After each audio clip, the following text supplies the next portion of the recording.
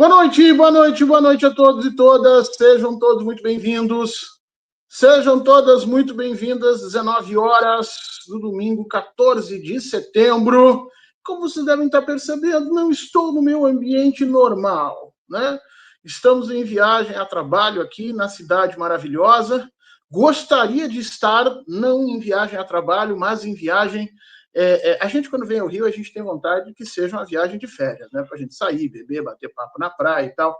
E quase, por muito pouco, que o programa não começa, porque estava eu e o nosso convidado de hoje aqui trocando papos e papo vem, papo vai, até que a gente se dá conta que temos que começar o programa, e um programa importante hoje. Aliás, um programa que eu diria mais do que importante, um programa-chave. Espero que a gente consiga fazer uma discussão aqui à altura do assunto, porque eu acho que a discussão que nós vamos ter agora vai marcar as relações brasileiras, ou pelo menos uma parte significativa das relações políticas brasileiras pelos próximos 20 anos. Eu acho que vocês devem estar carecas já de ouvir sobre esse assunto. Essa semana inteira se falou sobre o julgamento, o STF, advogados falaram, né? Mais advogados falaram, e outros advogados falaram, e era tudo que era advogado falando, e enquadrando os militares e falando. E eu fiquei com uma pulga atrás da orelha. Eu gosto muito dos advogados, acho necessários. Mas quando eles estão com legitimidade para falar, significa que as ordens políticas e sociais estão rígidas. E quando os historiadores e os cientistas políticos estão com legitimidade para falar, significa que as ordens políticas e sociais estão, pelo menos, desgastadas. E nós estamos tomando o Brasil, nesse momento, como um país de ordens rígidas, e assumindo que o julgamento do STF, ele nos dá uma evidência sólida disso. A Constituição está em pé, as punições estão funcionando, e nós não nos tornaremos novamente uma ditadura. Eu confesso para vocês que, como historiador, eu tenho uma certa dificuldade de aceitar esse tipo de percepção. E o meu papo hoje é com um convidado que estuda as relações civis militares, para a gente ter uma outra visão sobre o que aconteceu no STF, o que deixou de acontecer ali no STF e o que precisa ainda acontecer, talvez, no STF. Como eu disse para vocês, eu espero que a discussão seja à altura da importância dela. E se não for, é por culpa completa minha, porque o nosso convidado tem domínio profundo sobre essas questões e tem escrito sobre elas nos últimos tempos. Então, eu vou me esforçar aqui para correr e fazer as coisas funcionarem. É tipo aquele jogo de futebol, entendeu? Que você tem um craque no meio-campo e um perna de pau. Eu sou o perna de pau esforçado, que vou tentar ficar passando a bola para o nosso craque, que já eu vou chamar aqui. Antes disso, eu preciso pedir que você, obviamente, não deixe de se inscrever no 247, e aí vai um erro de linguagem violento, né? Quando a gente pede alguma coisa, a gente nunca coloca o não na frente, né? Então, que você se inscreva no 247, no site, na TV, no YouTube, nas redes sociais, e que não se esqueça de fazer a votação no Prêmio Best, tanto para o site, o melhor site de política, que já ganhamos, acho que 3 vezes, se não me engano, e vamos para a quarta, ou já ganhamos 2 e vamos para a terceira, enfim. Estamos aí com um número de canecos grandes, mas queremos mais e vamos precisar da ajuda de vocês. Mas também que vocês votem para a personalidade do Leonardo Atush, né? O homem que faz essa coisa toda aí andar, o homem que levanta às 5 horas da manhã para correr, para buscar notícias, para botar o programa em ordem, entendeu? Um cara desse, meu, você tem que votar lá no IBEST por ele, cara. 5 horas da manhã. O cara levantar para ir montar programa é muita vontade de fazer a coisa dar certo. Então, faz a tua parte, dá uma chegada lá no IBEST, procura, né? Dessa vez não é que nem das outras vezes, que você podia votar quantas vezes quisesse, agora cada um tem um voto, então faz isso pra gente e, ao mesmo tempo, não te esquece de dar o like, de compartilhar esse conteúdo. E, obviamente, se você puder se tornar membro desses canais, isso ajuda muito. Não te esquece a importância que a mídia alternativa teve e tem até hoje na defesa da democracia, que nós vamos falar aqui. Muitas vezes isso passa desapercebido, a importância que teve esse conjunto, essa rede de comunicadores do qual o 247 tem orgulho de participar e de ser um dos pilares formadores disso, mas não é o único. Esse conjunto de comunicadores que, quando as coisas realmente ficaram difíceis, ali entre 17 e 18, a eleição de Bolsonaro e os primeiros anos, onde o acordo entre as elites brasileiras era muito evidente, Bolsonaro recebeu carta branca para fazer o que ele quisesse, desde que ele mantivesse os juros altos, desde que ele mantivesse a economia entregue ao neoliberalismo e desde que ele aceitasse Sérgio Moro, que era, de alguma forma, um controle civil a esse processo. Ali a elite brasileira deu carta branca ao bolsonarismo e somente depois do segundo para o terceiro ano do bolsonarismo é que essa elite recuou e passou, então, a fazer oposição ao Bolsonaro. Mas, naquele primeiro momento, quem segurou a onda, quem brigou contra o bolsonarismo foram vocês aí desse lado. Todos vocês, por intermédio das ferramentas de comunicação dessa mídia não monopolista, dessa mídia nova, desses ecossistemas digitais de comunicação. Então, assim, não esquece de te fazer presente nesse processo, de te entender como parte significativa nessa transformação do Brasil, e também não esquece de fortalecer essas ferramentas que permitiram isso acontecer.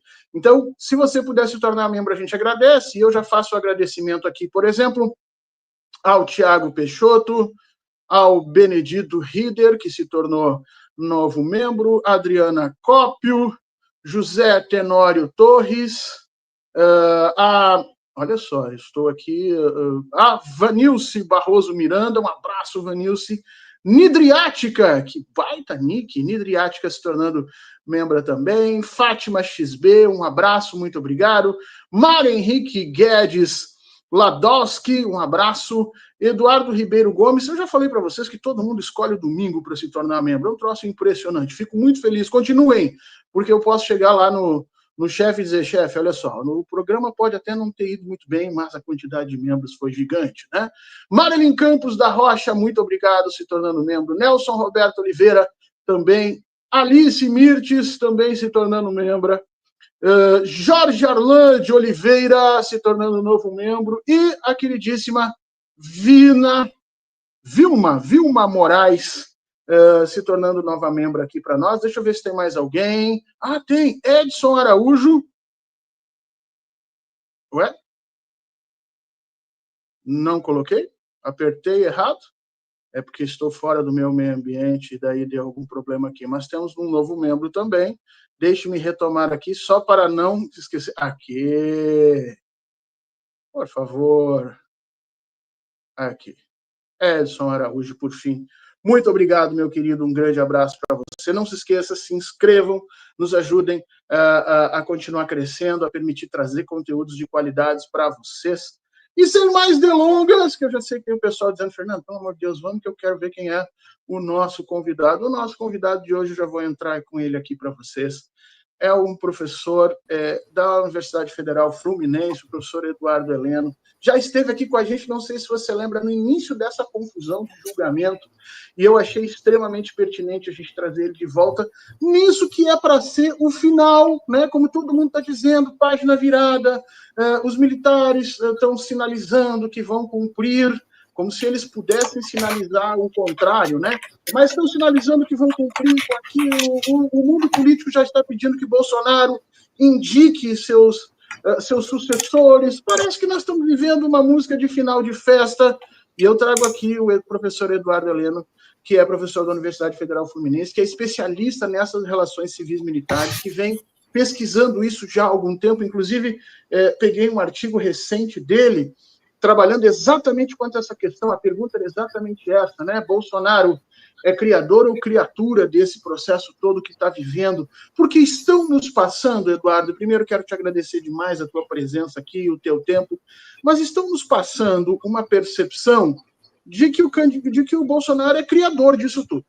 E que agora, com o Bolsonaro punido, nós devemos, então, retornar ao nosso berço esplêndido, né? Ao som e ao mar e à luz do céu profundo, aquela coisa maravilhosa, cuja a justiça ergueu a clava forte, e a partir daí nós nos tornamos magicamente uma democracia boa de novo e está tudo certo, funcionando, bola para frente, e quase que eu ouço aquele eco, né, da campanha de 70, Brasil, Zil, Zil, Zil, Zil, né? Porque é só o que está faltando para a gente entrar nesse estado de acreditar em que tudo está resolvido. E eu quero começar a minha pergunta, além de te agradecer demais aqui, exatamente nesse sentido. Meu caro Heleno, a ti, como acadêmico e como alguém que estuda essas relações civis militares de forma muito profunda, o que foi bom nesse julgamento do STF e o que faltou nesse julgamento do STF, na tua visão, nesse primeiro momento? Um grande abraço para ti, seja muito bem-vindo. Fernando, muito obrigado pelo convite, é um prazer estar aqui e obrigado pelas referências elogiosas. Acho que o craque aqui da comunicação e da história é você, né? Eu vou tentando fazer o meu jogo aqui, né? Dando minha pequena contribuição. Eu queria também dar minhas saudações para todos os espectadores que estão acompanhando a gente aqui na internet, quem vai ver depois esse debate, e é com muito prazer que a gente pode fazer essa troca, né? Tem aqui os espectadores que estão entrando, dando as suas saudações. Saúda todo mundo aqui, porque a gente tem um debate muito legal. Bom, sobre o STF, o que foi de bom, o que foi de ruim. Então, vamos pegar dentro daquilo que chama atenção não só aqui no Brasil, mas em todo o mundo. O STF, né, as ações, na verdade, é todo um processo que envolve a CPMI, né, que foi feita no Congresso sobre a gestão do Bolsonaro, incluindo a questão da Covid. Nós tivemos os inquéritos da Polícia Federal e o relatório final da Procuradoria-Geral da República. Isso vai a julgamento. E o que marca esse julgamento, né? Os 4 magistrados votaram, né, dos 5, né, da primeira turma, 4 votaram a favor da condenação de Bolsonaro, e não somente de Bolsonaro, mas de militares extremamente vinculados a ele. Então, pela primeira vez, a gente tem, né, uma corte do STF julgando, né, uma tentativa de golpe de Estado, né, e condenando generais de 4 estrelas, né, o ex-comandante do Exército, o Paulo Sérgio Gomes, da Defesa, né, um almirante Garnier, o general Heleno, e também a gente teve uma novidade do ponto de vista da jurisprudência, que foi, muito provavelmente, esses altos oficiais vão perder a patente, né, porque pelo tempo de condenação, se transitar em julgado, é claro que tem ainda o espaço das defesas, mas transitando em julgado, ou seja, a partir do momento que é publicada, né, a decisão do STF, teremos ali, né, oficiais perdendo a patente, e também 2 policiais, né, o Ramagem, né, e o Anderson Torres, né, perdendo o cargo na Polícia Federal. E aí, o que a gente tem de novidade do ponto de vista histórico? A possibilidade de punir oficiais do alto comando que estejam envolvidos em tentativa de golpe de Estado. E o Bolsonaro, por sua vez, é um capitão reformado, né? Então, ele vai perder essa patente, coisa que já poderia ter acontecido em 88, né, em 88, 89, e não aconteceu, né, por talvez até uma certa questão corporativista. Mas, de qualquer maneira, né, é um ponto que eu diria importante dentro da nossa história republicana e que mostra, né, de certa maneira, que a Constituição, que passou por várias tensões nos últimos 10 anos, conseguiu ali ter um marco, né, de certa maneira, de resiliência e continuidade. Mas isso vai além da Constituição, isso também mostra, de certa maneira, uma mentalidade, uma visão da justiça para os magistrados e de boa parte da população. Hoje, né, muita gente, durante a sexta-feira, quinta, sexta-feira, muita gente comemorou, né, parecia que era um alívio, né, mas tem muita coisa ainda para acontecer, porque o bolsonarismo deixou de legado, né, muito pela característica carismática do Bolsonaro, uma legião que agora vai tentar usar esse legado, seja para tentar dissolvê-lo, mas já com vistas à possibilidade de voto nas eleições de 2026. Então, nesse sentido, o STF, eu não diria que teria deficiências em relação ao julgamento, porque esse primeiro núcleo é o mais importante, mas ainda tem os outros núcleos, né? São 6 núcleos envolvidos na tentativa de golpe de Estado. tem a área de comunicação, disseminação de fake news, tem uma área vinculada à tentativa do plano Punhal Verde e Amarelo. Então, ainda há muito, né, da outra parte, da parte dos subordinados, né, dessa camarilha a ser julgada e que nos interessa também nessa dinâmica. Mas eu ia te perguntar exatamente isso mais diretamente. E me corrige se tu achares que eu estiver errado, por favor. Não te pareceu, pelo menos nos discursos do Alexandre de Moraes, que ele estava passando para a sociedade uma ideia de que, tá aí, é isso aí, olha só, punimos, e agora né, os que estão indiciados, vamos fazer, mas fizemos a nossa parte. E eu sinto falta, Eduardo, dos financiadores, que não estão em nenhum dos grupos indiciados nesse momento. E fico com medo que o STF esteja gestando uma espécie de acordo nesse momento, né? Não, nós vamos punir aqui os caras, os que fizeram, e vamos encerrar por isso mesmo e ficamos nisso. Acho, estou com medo. Eu pelo menos tive essa impressão. Não te pareceu isso também? É uma questão, eu estou pirando, estou vendo coisa demais? Eu acho que num primeiro momento, né, o núcleo político, o núcleo central da conspiração era o principal alvo do STF. Eu creio que, de certa maneira, esses financiadores, alguns deles já estão sendo investigados, né? Mas talvez não tenha a mesma repercussão, né? Porque o que acontece? Nós tivemos uma tentativa de golpe de Estado em 2023, as eleições são praticamente ano que vem, então isso causa, né, talvez uma urgência, né? Uma urgência em relação à questão eleitoral.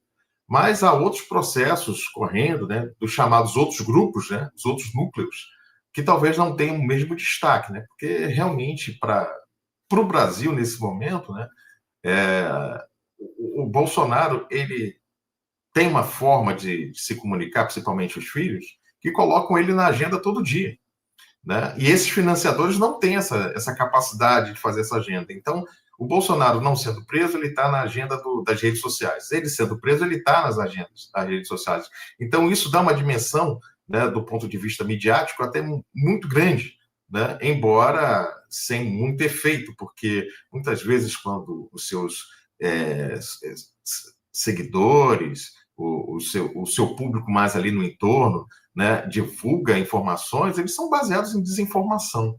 E aí parece que eles entraram no personagem e não saíram do personagem, né? Criaram o que a gente chama, né, de uma ilusão de verdade, aquela correspondência muito grande com a Alemanha nazista do Goebbels, né, que repetiu tanto um fato até ele se tornar uma sensação de verdade ou uma ilusão de verdade. Então, muitas vezes, aquela chamada de 72 horas é um pouco disso, né? As pessoas acreditam, né, que o Bolsonaro é preso e vai ter, né, alguma reação, né? E essa reação talvez possa até vir lá de fora, mas, na verdade, distorceu totalmente para um eleitor que tem um mínimo de razonamento, né, a questão sobre patriotismo, sobre amor à pátria, sobre família, tudo isso foi distorcido, né? Então a gente pega o áudio da conversa do pastor Silas Malafaia com o Bolsonaro, vê que, né, o padrão de família não é aquilo que eles defendem naquela conversa, né? A gente pega a defesa que o Eduardo Bolsonaro fez das taxações do Trump e que outros acólitos também fazem, né? Então não é bem o patriotismo. E a gente vê uma bandeira dos Estados Unidos no 7 de setembro, fala que, poxa, Deus, pátria e família? Qual pátria? Que Deus? Que família? Né? Então, e agora, mais recentemente, né, com a morte de um apoiador do Trump, né, em que um político vinculado a Bolsonaro resolveu defender o desemprego de quem pensa diferente, o que é, do ponto de vista até inconstitucional, né? Você não pode perseguir uma pessoa, um funcionário seu, por pensar diferente, pensar política. Né? A Constituição garante liberdade a todos, né? E seria também um crime, né? Além disso. Não, eu estou muito tranquilo porque o tal do Charlie Kirk defendeu o assassinato, publicamente defendeu o assassinato de várias figuras dentro dos Estados Unidos, incluindo Joe Biden e pessoas de toda sorte. Então, eu acho que isso aí vai dar em nada. Mas vamos entrar no teu assunto mesmo, né? É uma página virada, Eduardo. Podemos dizer que lavamos a alma e que o julgamento do STF preserva a Constituição e nós desatamos o golpismo brasileiro que, segundo a narrativa que o Exército e as Forças Armadas passaram, que ele atingiu apenas uma pequena parte de oficiais aqui e acolá e pode ser saudavelmente extirpada dessa maneira. É isso mesmo, meu caro. Podemos dormir tranquilo nos nossos travesseirinhos democráticos, que as coisas, a partir de agora, serão super tranquilas, os militares vão se submeter ao ordenamento civil, não existe mais, inclusive, talvez até queiram fechar os próprios tribunais militares, né? Porque se eles vão se submeter ao civil, não tem por que tribunal. É assim mesmo ou nós estamos ganhando aquela famosa historinha para boi dormir? Não, vamos por camadas. Eu penso um pouquinho diferente. Por exemplo, a questão dos tribunais militares vai existir. Inclusive, o Bolsonaro, né, pelo seu tempo de condenação, se uma vez, como eu falei mais uma vez, transitou em julgado. Então, a pena vai ser de mais de 2 anos. Então, General Heleno, Bolsonaro, o Garnier, todos eles vão para serem analisados no STF se eles têm honra para exercer o oficialato. E como a decisão ela é superior a 2 anos, né, então o STM vai deliberar, como já tem deliberado em vários casos, né, pela perda da patente e também, né, pela perda do salário, que é a chamada, não vai ter no caso deles, a chamada morte ficta, né? E aí deixa eu explicar para o nosso telespectador que a ideia de morte ficta é que quando tivesse um oficial desaparecido, o corpo não foi encontrado, a família pudesse receber uma pensão, né? Vem de uma legislação da década de 40, e aí depois houve uma mudança na década de 60, mas que na prática não trouxe realmente uma mudança. Então, foi feito um levantamento, há coisa de 2 anos ou 1 ano, em que 400 oficiais recebiam pensão mesmo tendo sido expulsos do Exército, né? E não era caso de desaparecimento ou morte, era expulsão, né? Como se fala, né? A bem da disciplina. E um desses casos era de um auxiliar direto do Bolsonaro, que é o Major Ailton, que foi expulso do Exército por envolvimento em crimes ilícitos, em alguns inclusive ligados a favorecimento de grupos criminosos no Rio, e depois ele segue a carreira, né, mas já como oficial reformado, a família recebe os proventos, ele, na verdade, está expulso do Exército, e depois se descobre, né, a família recebeu os proventos, né, mas de uma interpretação meio que equivocada da lei. Recentemente, em agosto de 2025, veja bem, ontem, né, o TCU, Tribunal de Contas da União, estabeleceu uma decisão do qual o Exército não pode pagar, o Ministério da Defesa, a União não pode pagar a esses oficiais. A ideia de morte ficta é desaparecimento ou morte, né? Então, oficiais que cometeram crimes, né, ou que tiveram a sua honra, a honra da oficialidade maculada e tiveram que ser expulsos da bem da disciplina, né, eles não teriam esse direito, como acontece, por exemplo, em outras profissões. Então, nesse sentido, esse julgamento do STF também traz uma novidade, porque, pela norma, primeiro, tanto os generais que estão ali naquele núcleo golpista vão perder a patente, quanto vão deixar de receber os proventos de aposentadoria. Tá? Então, é uma novidade nesse sentido. Tá? Então, isso é bem interessante. Agora, bom, eu falei um pouco mais sobre a questão. A outra pergunta, desculpe, Fernando, porque agora eu fui no o STF. Desculpa, minha gente. Se com essa decisão do STF está desatado o nó do golpismo e nós finalmente podemos, então, viver tranquilos. Não, de forma alguma, porque existe uma coisa que é o bolsonarismo, e existe uma coisa que alimenta o bolsonarismo e o coloca na extrema-direita, que vem antes de Bolsonaro. Então, primeiro, né, uma visão muito negativa da política, né? Então, a minha tese, a minha dissertação de mestrado foi sobre grupos de extrema-direita no meio militar, E muitos deles alimentaram o discurso de Bolsonaro. O Bolsonaro, ele não é um intelectual, ele é um articulador, né, que tinha uma retórica e que se alimentou muitas vezes de grupos ligados à extrema-direita militar.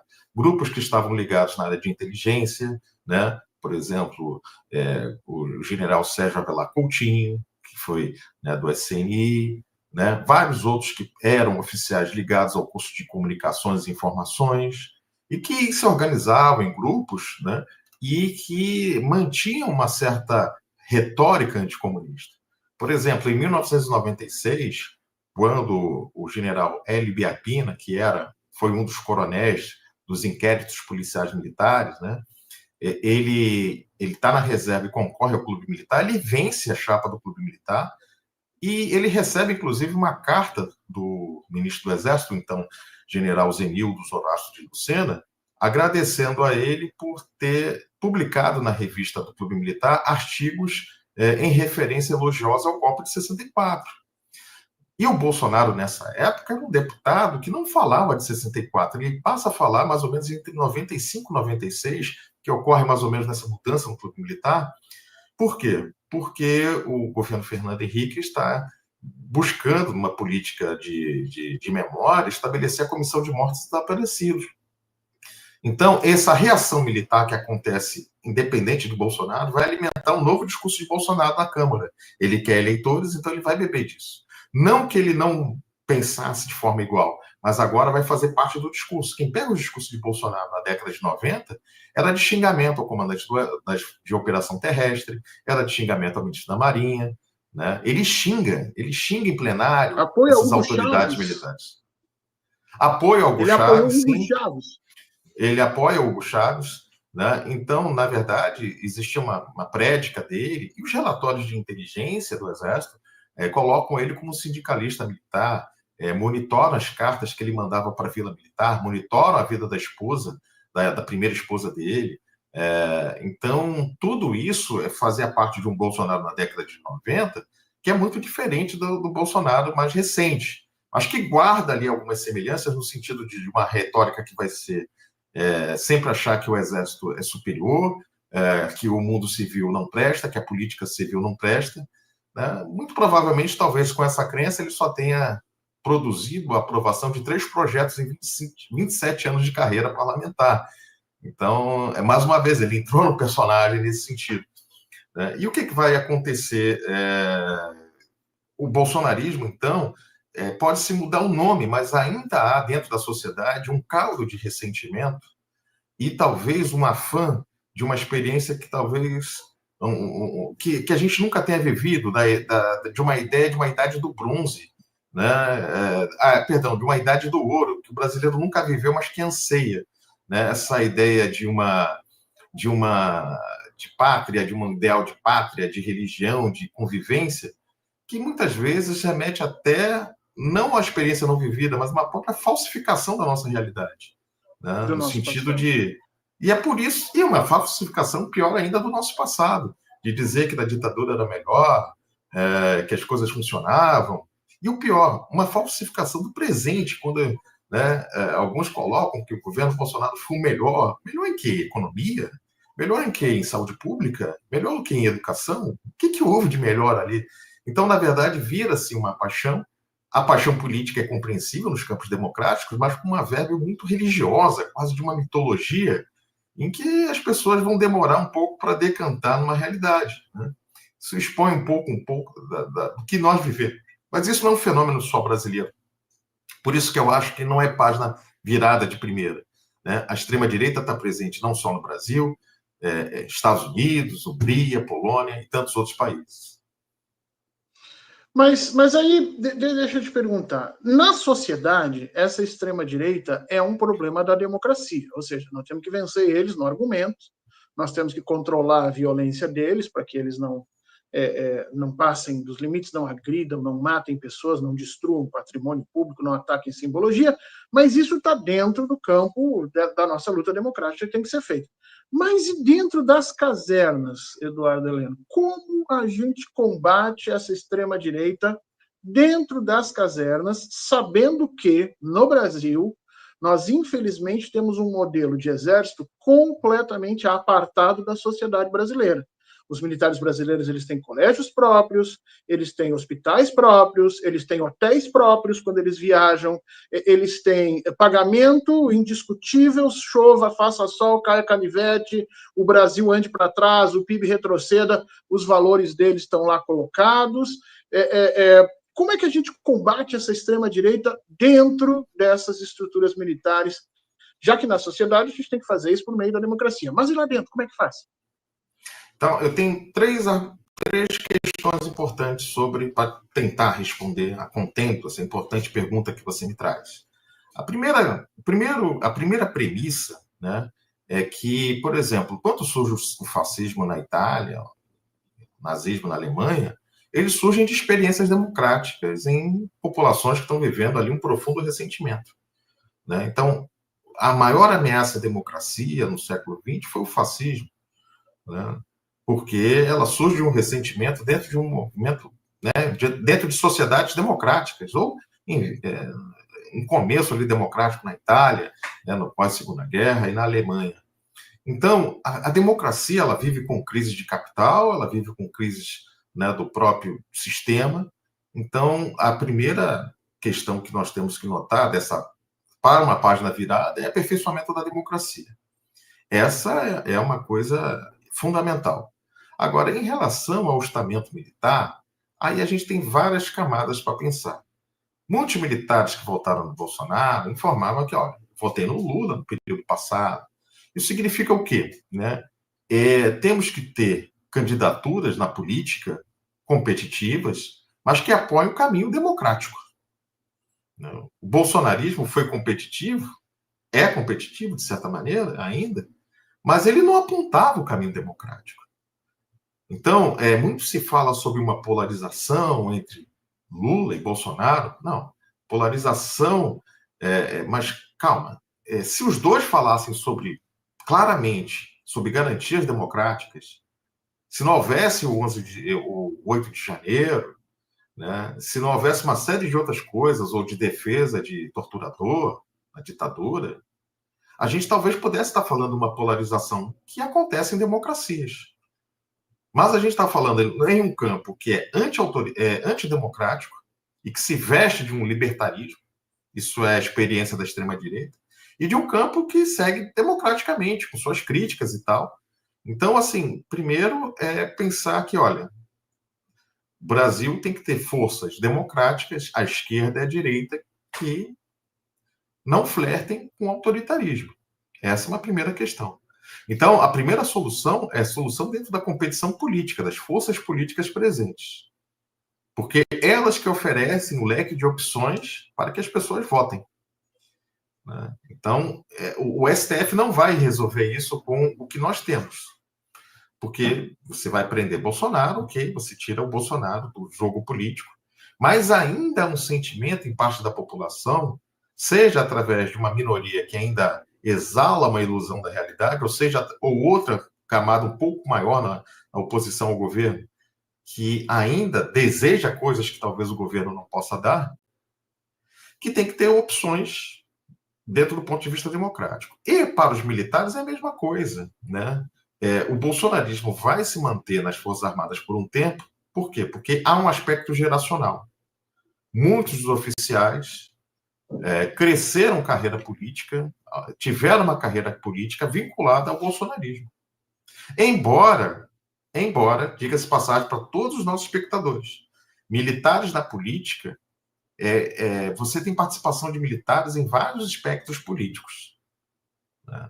Você tem, desde o maior presidente do Partido Comunista do Brasil, né, que é o Luiz Carlos Prestes, que depois foi presidente honorário do partido do PDT.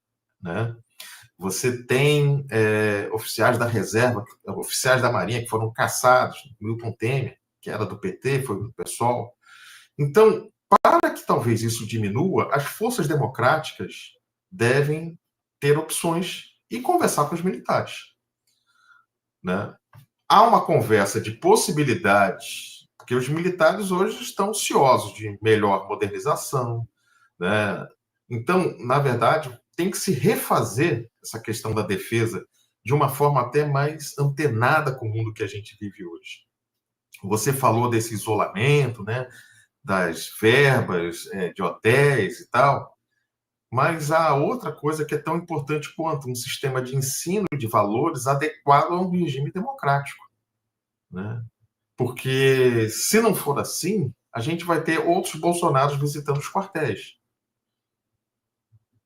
E aí, procurando empresários. Então, se a democracia, com todas os seus problemas, não forem um valor importantíssimo na sociedade, outros grupos políticos com outra agenda vão buscar outras soluções. O bolsonarismo foi isso.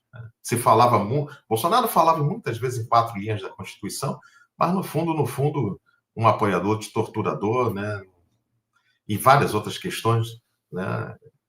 Se o público tivesse um letramento mínimo em democracia, não aconteceria isso. Isso sim. E a gente, eu defendo que nós tínhamos que tornar as academias militares transparentes e colocar elas sob controle civil nas suas mais diversas formas, ainda que eu defendo, por exemplo, que professores de Universidade Federal sejam de tempos em tempos remanejados para dar 2 anos de uma determinada disciplina numa academia militar, para que você não tenha essas figuras que ficam ensinando 50 anos, 50 não, mas 30 anos a mesma coisa, com as mesmas bibliografias antiquadas, e eles acabam sendo ressonâncias desse golpismo.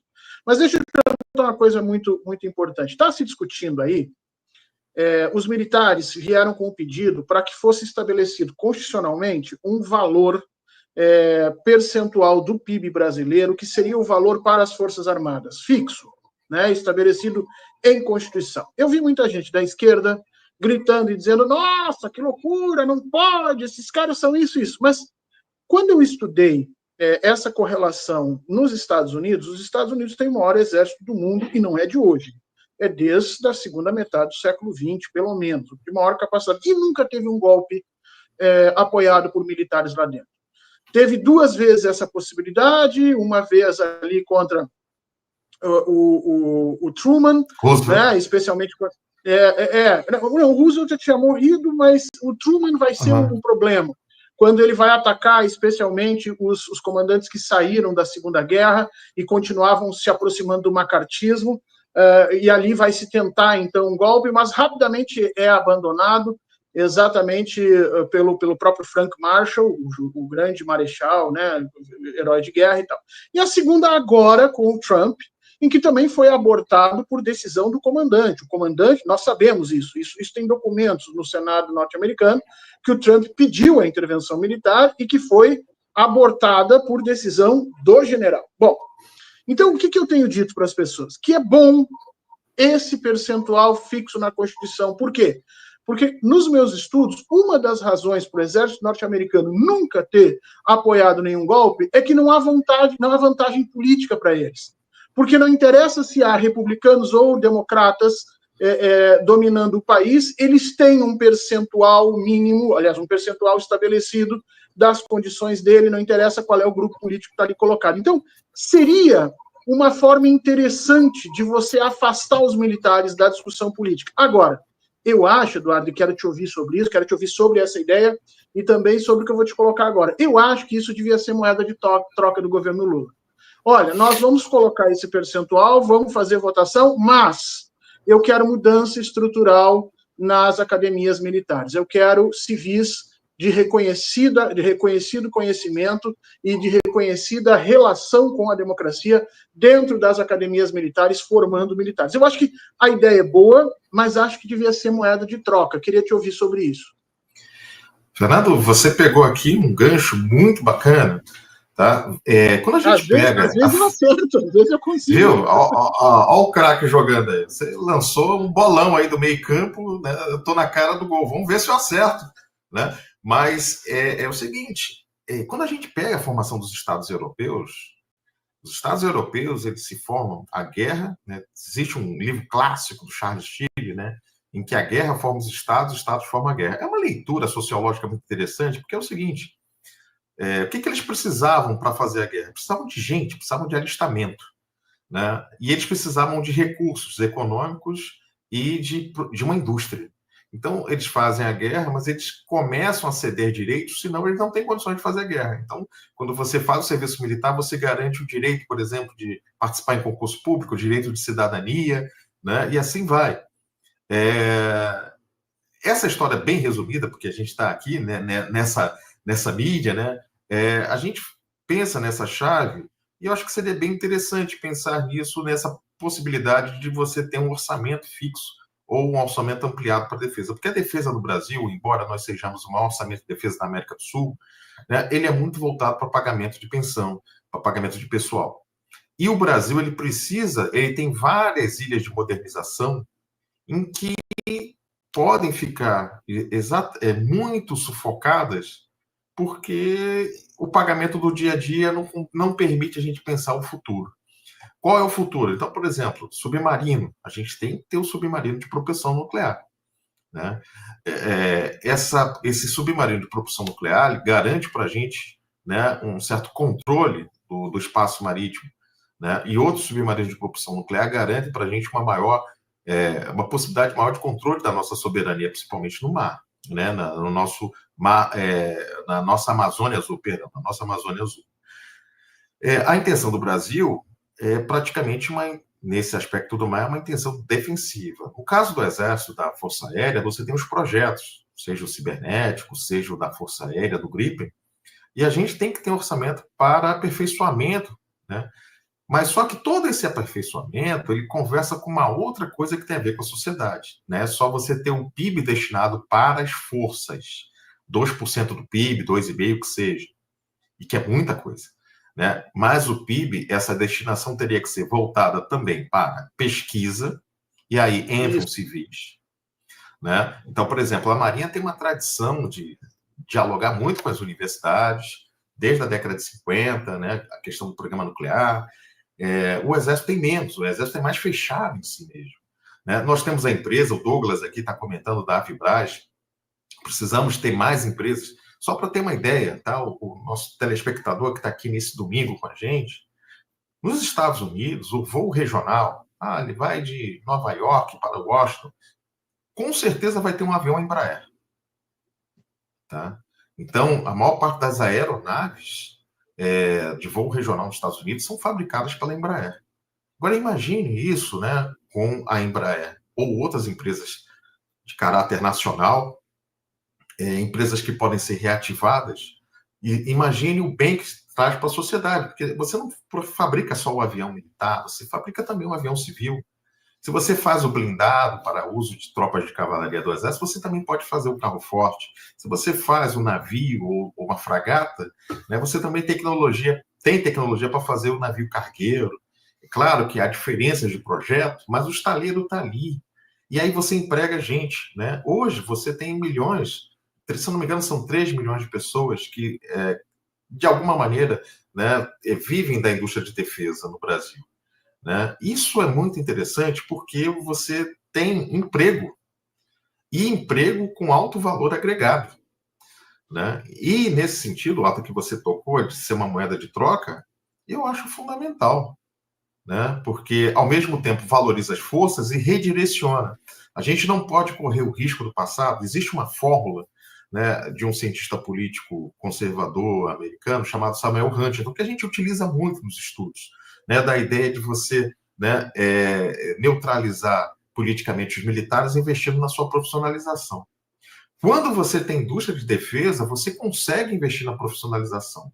Quando você não tem que importar tudo, aí você não negocia com os militares. Os militares negociam com os Estados Unidos, porque os Estados Unidos cedem todo o equipamento, emprestam equipamentos que a gente não pode comprar, e foi isso que aconteceu na Guerra Fria, né? Qual era a capacidade do governo de fazer barganha? Nenhuma, né? E agora a gente tem essa possibilidade. Por quê? Agora entendemos que, embora houve aquele Lend-Lease, que é o sistema de arrendamento do exército americano, que praticamente dá os seus navios da Segunda Guerra para os aliados, né? A gente viu que a gente perdeu capacidade de construir navios depois da Segunda Guerra, né? Que a gente perdeu uma oportunidade de ter um tanque de guerra chamado Osório. Vou usar a expressão tanque de guerra, né, que é mais comum, que é o Osório. O Osório venceu uma feira, né, na Arábia Saudita, vencendo veículos como o Merkava, né, o Challenger britânico. Só para as pessoas saberem, né, o Osório é um carro de combate produzido por tecnologia nacional, com projeto do Exército Brasileiro e tudo mais. Na época, havia uma empresa chamada Ingesa, que era a mesma que fabricava o Cascavel e o Urutu, e a empresa apostou nesse projeto, venceu o Abras na feira, mas os Estados Unidos chegaram e falavam, não, a gente vai comprar petróleo e vocês compram o nosso Abras. E o Brasil não tinha essa barganha. Então, o que acontece? A indústria de defesa, ela inicialmente, ela vai ter prejuízo. Por quê? Né? Porque o investimento do Estado, a gente não tem que pensar o Estado como uma empresa nesse sentido, porque o Estado vai correr o risco. Eu vou mostrar o caso de um Estado, principalmente para o pessoal que gosta de ver as análises do mercado financeiro, né, os Estados Unidos. A NASA, ela teve muito prejuízo. Hoje, o Elon Musk pode lançar satélites e outras empresas podem lançar satélites porque a NASA fez um investimento estatal. Né? Teve empresas privadas, mas teve muito de investimento estatal. E o Brasil precisa disso. O Brasil tem uma possibilidade de usar uma base, né, em Alcântara, né? Então nós teríamos ali um vetor espacial importantíssimo, né? E nesse sentido, Horta, seria uma boa sugestão. E é claro, qual seria a contrapartida? A gente teria que buscar readequar num diálogo de altíssimo nível, um diálogo estratégico, né? O que nós queremos do oficial general de 2050? Uma profunda ligação com a democracia, com o Brasil, da maneira como ele é, múltiplo, diverso, né? E uma identidade baseada naquilo que realmente somos. Um exército que vive do fantasma comunista, né? Ele não tem função hoje no século XXI. Você manda um oficial para o Líbano, não é questão de esquerda e direita. Nós temos um Estado confessional no Líbano, com xiitas ao sul, sunitas a leste e cristãos-maronitas. É outra lógica. Você vai para o Congo, não é esquerda e direita, é M23, né? Os outros grupos, os grupos que vêm do Congo. Então, essa lógica binária que serve para esses políticos da extrema-direita utilizar, ela não reflete o mundo, a complexidade do mundo de hoje. Né? A gente, inclusive, cai nessa lógica binária quando fala, né, do bolsonarismo como direita. O bolsonarismo é extremo. Ele já não entra nem num debate democrático, porque a todo momento ele está tensionando as instituições da democracia. E ele esvaziou uma parte da direita. Né? E, recentemente, com o Trump, acabou fortalecendo quem? O governo. Né? Que hoje negocia com uma centro-esquerda, mas que tem que negociar porque tem um Congresso extremamente, né, fragmentado. E aí, se você me permite, né, eu vou aguardar a sua pergunta, mas eu queria depois debater sobre o que pode ser o futuro em termos também até de relações internacionais, se a gente puder conversar um pouquinho.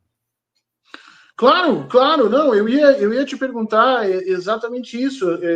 Eu tenho uma pergunta bandida para te fazer, que eu estou pensando se te faço ou não, que é aquela pergunta que te coloca numa situação complicada. Tu até tocasse nisso aí, então faça. E depois uma pergunta sobre esse futuro. Mas tu tocasse aí numa questão, né?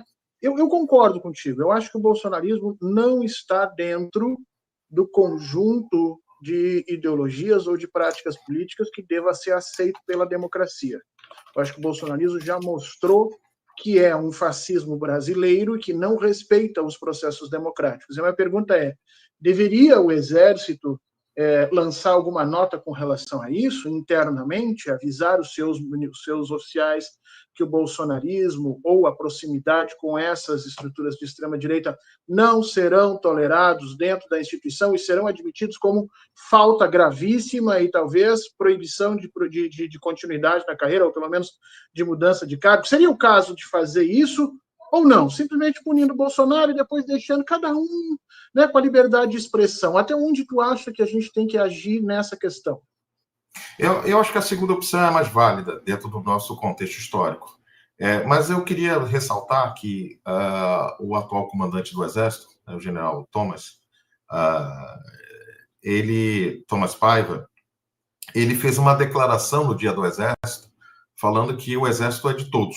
A minha espada é algo como se fosse a minha espada, é a espada do Brasil, ou seja, ele não tenderia a nenhum lado. Isso, né, na análise do discurso, seria a ideia de que, olha, o Exército ele não vai tomar lado nessa questão do julgamento. Parece para a gente que é um apoio a Bolsonaro, mas não é. Na verdade, a ideia é que o Exército não tomaria partido, né, nesse julgamento, o que, de certo ponto, é muito positivo. Mas o que acontece? Existem hoje, no Congresso brasileiro, candidatos que eram coronéis há 4, 5 anos, né? E esses coronéis, eles têm uma certa influência, não diria sobre a tropa em si, dependendo, mas tem um público que, de certa maneira, né, e alguns desses oficiais defendem o tensionamento. A ideia de que a anistia seria aprovada no Congresso, na Câmara dos Deputados, e uma pressão para que ela seja aprovada depois no Senado. O que me ocorre nesse sentido, tá? Então, o Exército não deu nenhuma declaração e teve uma declaração em outubro do próprio general, né, quando ele ainda não era comandante do Exército, falando, né, olha, acabou as eleições, democracia é assim, e vocês têm que aceitar o resultado. Né? Então, hoje, eu acho que o alto comando, ele notou que quanto mais afastado ele tivesse do julgamento do Bolsonaro, melhor. Né? Tanto para a instituição, porque muitos oficiais do alto comando foram chamados pela extrema-direita de melancias, viraram alvo de ataques das redes sociais, alguns tiveram ameaças, e na verdade, né, quanto mais afastados eles estiverem dessa disputa, dessa batalha, né, melhor para a instituição e melhor para o país. Mas tem uma coisa que o que acontece é que nós tivemos vários oficiais que são parte do bolsonarismo, que foram eleitos e que vão tensionar as instituições, muito provavelmente. Né? O coronel Zucco, que é deputado, já falou que vai pautar a anistia como líder da oposição. O que significa isso? Se fosse um debate só no Brasil, já teríamos ali uma questão de, olha, página virada ou não, né? Como você está colocando. Mas hoje o debate aqui no Brasil ele está ali em fronteiras. O Brasil é um ator global. E a prisão de Bolsonaro, ela serve, no caso, para os Estados Unidos para mostrar, olha só, o Brasil, de quem a gente buscava dar aula de democracia, está dando aula de democracia para a gente agora. Né? Eles conseguiram realmente prender alguém, né, com o poder que tinha Bolsonaro, com informações judiciais, investigações policiais que mostravam uma tentativa de golpe de Estado. E nós não fizemos isso por quê? Então, talvez a resposta nesse tensionamento possa trazer ingredientes externos, não só o tarifaço, mas a gente pode ver mais uma vez vistos de brasileiros sendo cancelados, né? E isso vai desgastar muito. E a gente não pode deixar de notar que há uma prática americana, né, de tensionar as instituições dentro de países que eles não julgam como aliados. Então, o brasileiro tem que estar atento a isso. O Bolsonaro a prisão de Bolsonaro é parte do problema, né, da solução do problema. A outra parte é que a gente tem que começar a se blindar como sociedade, né, porque os ataques podem vir de formas variadas, com financiamentos que agora já não estão aqui no Brasil e que são mais difíceis de rastrear. Essa é a preocupação que talvez fica, né? Sempre fica. Nós estamos indo para o final e eu quero te ouvir sobre o futuro, Eduardo. Eu acho que o presidente Lula é o grande líder político da história brasileira, e não é uma questão de achar, é uma questão quase de constatação, e que se ele não mexer nas relações civis militares, dificilmente pelos próximos 30 anos nós vamos ter alguém com capacidade, com força de fazer isso, né?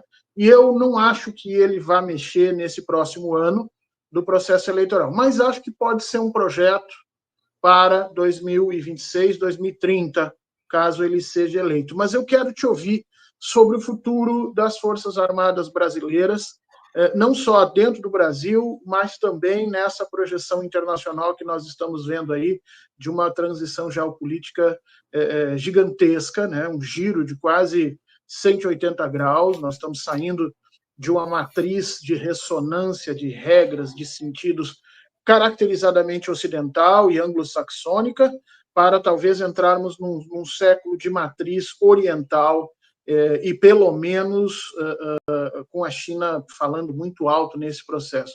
E qual é o papel das Forças Armadas brasileiras nesse processo todo, meu caro? Primeiro, não só as Forças Armadas, mas a alta política brasileira, quem define a estratégia, né? E aí a gente tem a CREDEM, né, no Congresso, e outras escolas, as escolas de altos estudos, né? Vamos falar dos generais, dos coronéis, daqueles que têm, né, um papel estratégico e dos civis que têm esse papel estratégico, seja no Itamaraty e em outras agências e ministérios. Primeiro que nós temos que definir quem nós somos. Porque quando você coloca o ocidental em contraposição ao chinês, esse é um debate que vem de fora, né? Porque o chinês, a política chinesa para a gente, ela tem vantagens e desvantagens, mas assim, ela não é o nosso. Ela pode ser inimiga para o discurso do Trump, talvez até em alguns casos para o discurso do Biden, mas nós temos cooperação com a China desde, né, há 50 anos nós temos cooperação com a China. Vai da área espacial, vai da área de saúde, né? Então, eu pude presenciar a Banda dos Fuzileiros tocando com o Exército Popular da China, num evento que celebrou exatamente esses 50 anos. Ano passado, eles estiveram no exercício na cidade de Formosa, no campo de Formosa, né, na região centro-oeste. Tinha também participação do Exército Americano no exercício dos fuzileiros navais. Então, o que eu posso sugerir, né, e o que eu penso sobre isso? É que o oficial brasileiro tem que se atualizar em termos das relações internacionais, mas com visão brasileira, né? E isso também serve até para alguns internacionalistas, porque a gente adota as matrizes teóricas de fora e vê a guerra, às vezes, com o olhar americano. Então, por exemplo, o que é ameaça? Um país que tem mais de 6.000 ogivas atômicas, que já testou mais de 1.000 ogivas atômicas, e que faz guerra dia sim, dia não, e que a última guerra, ou que o último conflito foi com o Irã ou com os Houthis, ou um outro país que tem sido uma economia crescente e que a última guerra foi com o Vietnã, há mais de 30 anos, 79, né? Quase 45 anos. Então, e o que é a expansão para os Estados Unidos? O que é a expansão do comércio para a China? Qual é a visão chinesa? Então, a gente tem que estar antenado, porque não é só a China, vai surgir a Índia. A Índia também está vindo forte, né? Já é um dos países com maior poder de paridade em sua moeda, né? Uma das maiores economias em termos, acho que, se não me engano, a quarta maior economia em termos de poder de paridade. E aí a gente vai ter os outros países que não são bem democracias como o Brasil, ou que aspiram a ser democracias como o Brasil, mas têm seus sistemas. Então, eu acho que, nesse sentido, o militar brasileiro, e assim também quem cuida da estratégia, tem que pensar a convivência do Brasil nesse sistema que é multipolar, ou que vai ter uma tendência multipolar, né? E atualizar todo esse repertório com o que nós somos. Temos uma parte teórica incrível, né, de produção aqui no Brasil, a área de defesa tem ganho, né, uma grande projeção, e temos uma prática de relações internacionais que é conhecida no mundo todo pela sua capacidade de negociação. Então, a gente tem que repensar isso, né? E pensar como brasileiros qual é o nosso desafio, o que nos interessa, né? O que é importante, porque a gente não pode deixar o que aconteceu no passado, principalmente na Guerra Fria, quando colonizaram o nosso pensamento, né? A gente tinha uma tradição de colonização do pensamento, né? Que vem desde o século XIX. A gente teve momentos de autonomia, sopros de autonomia, e depois fomos condicionados à agenda de fora. E agora não, nós temos soft power, capacidade econômica, para pensar a nossa própria agenda. Então a gente tem que refazer isso aí. Veja que o desafio vai além dos militares, né? Mas os militares são peça fundamental dessa política. Porque o que nós queremos? Manter a nossa integridade territorial, né? Manter a nossa sociedade com valores democráticos, né? E evitar esses extremismos também. A questão não é só a guerra, né? Tem os extremismos que afetam e deixam a nossa sociedade doente, né? Então, muito do discurso extremista que a gente vê não foi, às vezes, formatado aqui, veio de fora, né? Então, temos que ter condições, né, de valorizar a nossa cultura, de valorizar o nosso pensamento e de valorizar, inclusive, as nossas relações entre pessoas aqui no Brasil, que é diferente. Um brasileiro, ele abraça, um brasileiro aperta a mão.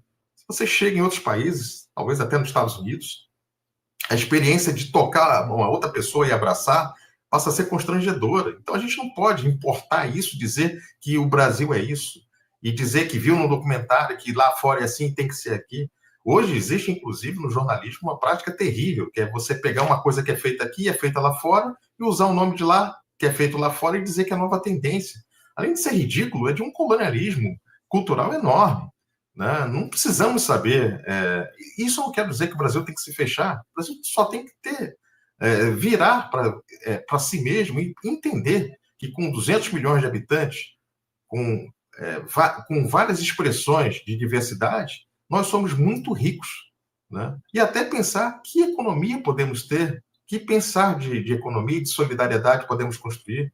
Nós não somos individualistas ao todo, nem somos diferentes. Então, a gente tem que começar a ver isso, né? Porque se é uma das batalhas da extrema-direita, é negar o que nós somos. A extrema-direita é contra o futebol, quando o futebol dá certo. A extrema-direita é contra aquele artista que é popular. Né? O Oscar, o filme. Disso. É contra o Oscar brasileiro. Eles não gostam disso, eles não gostam de ser brasileiros. Né?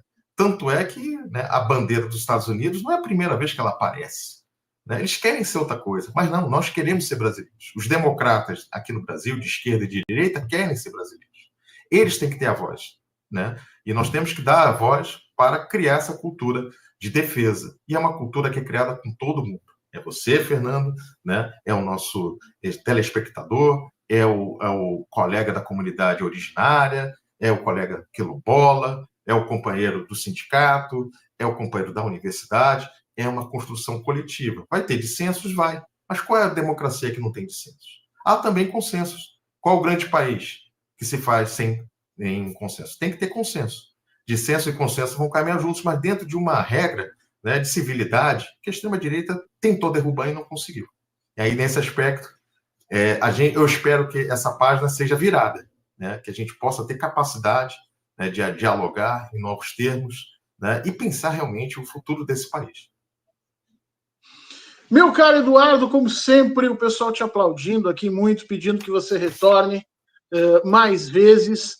E nós temos que achar temas, e eu vou fazer o esforço disso, né? Que não seja, de novo, esses temas xaropes de ficar falando sobre bolsonarismo. Espero que a gente não precise mais mencionar isso durante um tempo, mas aqui entre nós, vou falar baixinho, acho que nós ainda vamos falar muito desse negócio, pelo menos até 2026. Mas essas duas falas que tu trouxeste aqui são maravilhosas, né?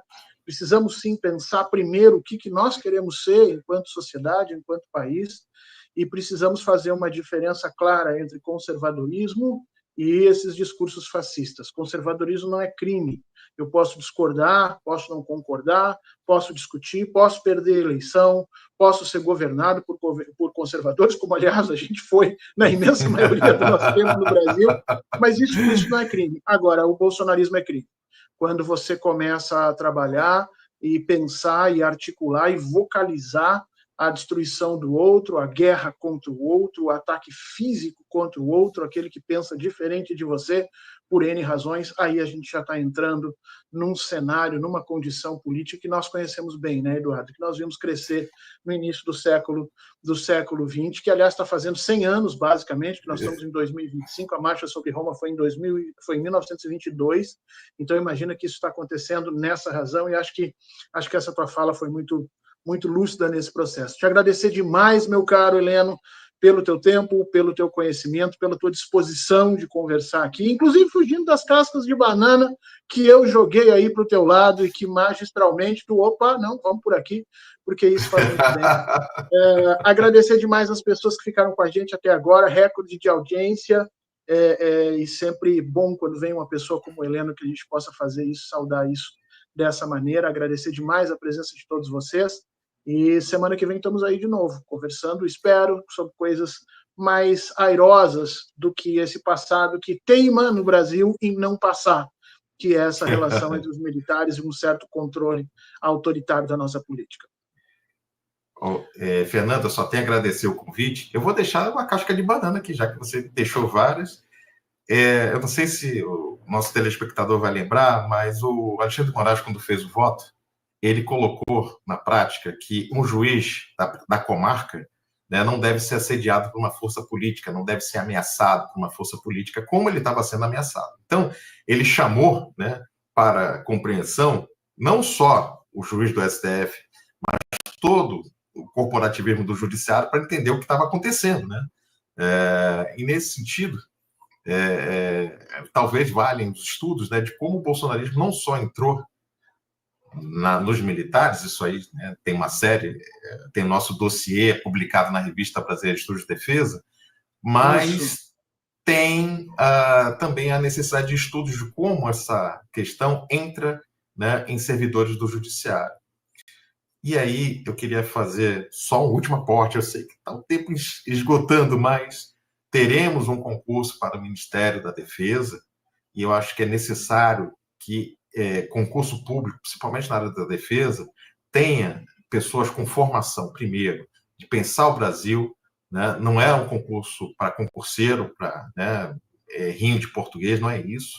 Tem que ser pessoas que tenham pensamento sobre defesa, base sobre defesa, estudo sobre defesa, e isso talvez não tenha sido resolvido nesse concurso, porque é uma carreira intermediária, tem informação tem relação, ainda, né? Tem informação, mas no futuro tem que se colocar civis na defesa com forte preparação. Há várias universidades, a UF é uma delas, através do Instituto de Estudos Estratégicos, que tem formado, né, jovens com uma consciência sobre o que é defesa nacional, segurança internacional, e dentro de um marco democrático. Isso toda grande democracia tem. A gente tem que começar a investir nisso e ter uma carreira de Estado consolidada nessa área de defesa. Mas isso seria ótimo se fosse feito nesse terceiro mandato do Lula, mas provavelmente vai ficar um pouquinho para depois, porque apesar de ter o concurso, está muito longe do que pode ser ainda essa carreira. Fantástico, fantástico, Helena. Era uma das perguntas que eu tinha aqui para te fazer, né? Ministério da Defesa Civil, técnico, como um guarda-chuva nos grupos militares, mas eu fiquei com medo de fazer essa pergunta e a gente iniciar uma discussão de mais uma hora que precisa para a gente falar de defesa. A gente começa em outra ocasião. Se o público deixar, a gente faz. Demais. Que deixar um grande abraço e para todo mundo que estava nos assistindo até agora também, um grande abraço. Obrigado. Não te esquece de dar o like, não te esquece de acessar as redes, de ler os artigos do professor Eduardo Helena. É só colocar lá, Eduardo Helena, Estudos de Defesa, vocês vão encontrar, ele tem um artigo recente na Revista Brasileira dos Estudos de Defesa, que fala sobre essa história do bolsonarismo, vale muito a pena. E não te esquece de ir lá no IBEST, votar no 247, votar no Leonardo Atush, tá bom? Beijo para todo mundo, até a semana que vem. Até mais, Eduardo. Abração, pessoal. Tchau, tchau, Fernando. Um abraço. Tchau, tchau, 247.